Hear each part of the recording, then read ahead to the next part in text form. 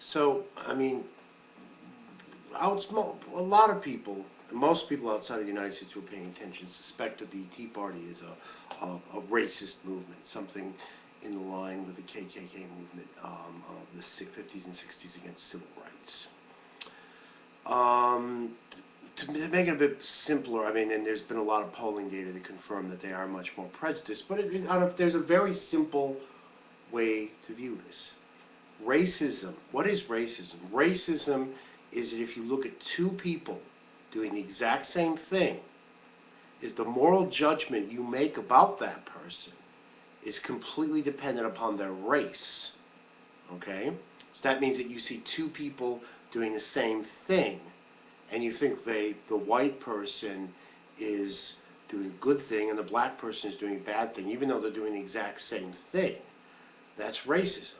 So racism literally is if you see a white guy rushing out of a bank and you think, oh, nothing of it, he must be in a rush, and you see a black guy rushing out of a bank and you think, oh, he must be a criminal, without any further evidence. That's racism. We understand this. Now, when George Bush took over as President of the United States in 2000, the United States government was enjoying huge areas of surplus. And even in the year 2000, there was over $200 billion surplus.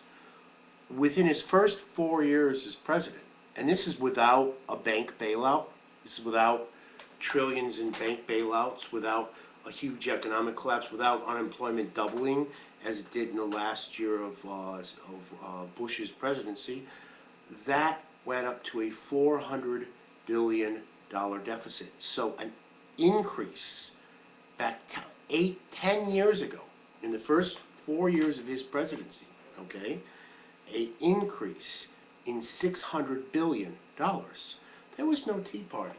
There was no protests. There were no rally. Obama's come along, and he inherited this bailout with the bank, and the deficit has gone up, okay? And roughly it's gone up a bit more, but it's still on the same scale of what Bush did. And these Tea Partiers are going nuts. I mean, they're just losing their head. What can you conclude?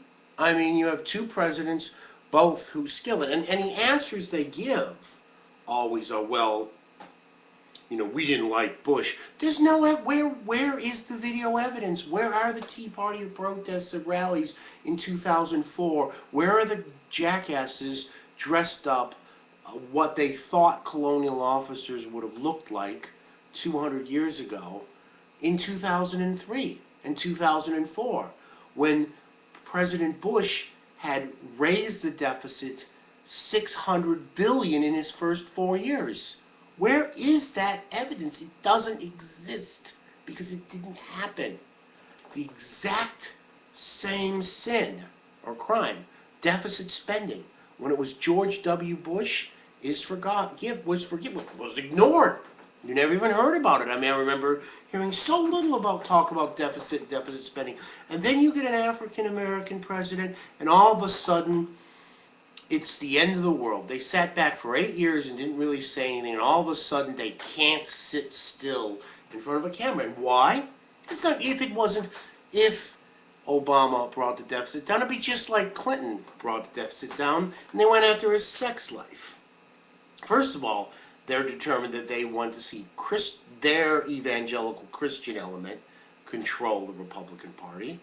And then beyond that, of course, definitely, they don't want to see non-whites run the country. And it's that simple.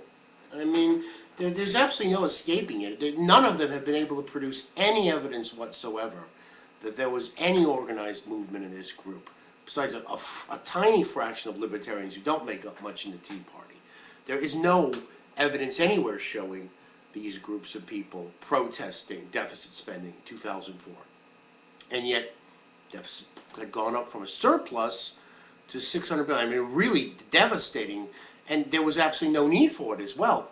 The economy was not in the kind of shape it was. We didn't have the big bailout. There was no reason that Bush had to run the big deficits up. We have a bank collapse that happened. Now, some of these conservatives are like, we should have allowed the banking structure. Personally, I'm happy that the banks didn't all close. I think a lot of evangelical Christians who crave the end of the world would have loved to have seen the banks because they think they want the end of the world. When it comes, they may find themselves a little surprised. But it's sort of, we've got the two exact same situations. One was done by a evangelical, born-again Christian white male. The other one is an African American who, though he's a Christian, has an African name. And boy, people respond differently.